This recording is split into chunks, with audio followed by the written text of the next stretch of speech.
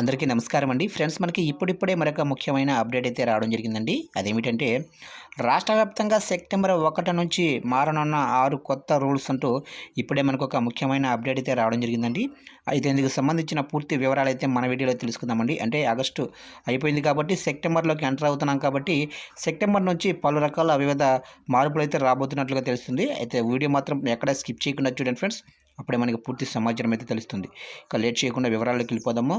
ఇక సెప్టెంబర్ 1 నుంచి కీలకమైన మార్పులు చోటు చేసుకుంటున్నాయి. ఇందులో కొన్ని మార్పులు మీ నెల ఖర్చులపై ప్రభావం కూడా చూపించనున్నాయి. అయితే ఇంకొన్ని ప్రయోజనం కూడా చేకూర్చనున్నాయి. కేంద్ర ప్రభుత్వం ఉద్యోగులకు డిఏ పెంపు ప్రకటన కూడా లాభం చేకూర్చవచ్చు. ఇక ఆ వివరాలు ఒకసారి తెలుసుకుందాము. ఇక ప్రతి నెల కూడా 1వ తేదీ నాటికి ప్రభుత్వం ఎల్పిజి గ్యాస్ సిలిండర్ల రేట్లలో మార్పులు తెస్తుంటాయి. ఎక్కువగా కమర్షియల్ గ్యాస్ ధరల్లో మార్పు వస్తూ ఉంటుంది. ఈసారి కూడా ఎల్పిజి గ్యాస్ సిలిండర్ ధరపై సమీక్ష జరిగే అవకాశం ఉంది. ఇక గత నెలలో కమర్షియల్ గ్యాస్ సిలిండరు ₹8.50 మేర పెరిగింది. ఇక జూలైలో ₹30 తగ్గింది. అదేవిధంగా సిఎన్జి పిఎన్జి ధరల్లో కూడా మార్పు అయితే రావచ్చు సెప్టెంబర్ 1 నుంచి. ఇక సెప్టెంబర్లో చూసుకున్నట్లయితే సెప్టెంబర్ 1 నుంచి ఫేక్ కాల్స్ మెసేజెస్ నియంత్రించనుంది. ట్రాయ్ ఈ మేరకు టెలికాం కంపెనీలకు ఆదేశాలు ఇచ్చింది. జియో, ఎయిర్టెల్, వడాఫోన్ ఐడియా, బిఎస్ఎన్ఎల్ కంపెనీలు టెలిమార్కెటింగ్ కమర్షియల్ మెసేజ్లకు 140 సిరీస్తో ప్రారంభమయ్యే నెంబర్లు ఎంచుకోవాలని సూచించింది. ఇక తర్వాత చూసుకున్నట్లయితే ఇక హెచ్డిఎఫ్సి బ్యాంకు రివార్డు పాయింట్లను పరిమితం చేయనుంది. వివిధ రకాల లావాదేవీలపై కస్టమర్లు 2000 వరకే పాయింట్లు పొందగలుగుతారు. ఇక థర్డ్ పార్టీ యాప్ ద్వారా జరిపే ఎడ్యుకేషనల్ పేమెంట్స్కు ఎలాంటి రివార్డ్స్ పాయింట్లు అయితే ఉండవు.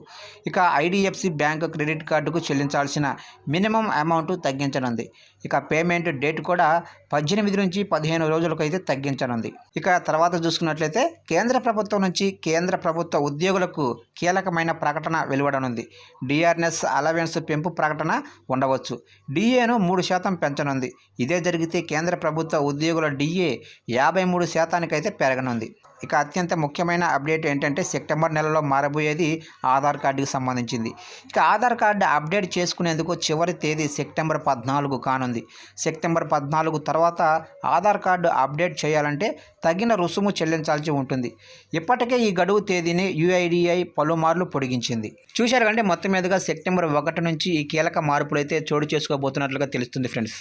చూశారు ఫ్రెండ్స్, అప్డేట్ నచ్చినట్లయితే లైక్ చేయండి. ఇలాంటి ముఖ్యమైన అప్డేట్స్ కోసం ఇప్పుడే మన ఛానల్ని సబ్స్క్రైబ్ అయితే చేసి ఫాలో చేయండి ఫ్రెండ్స్.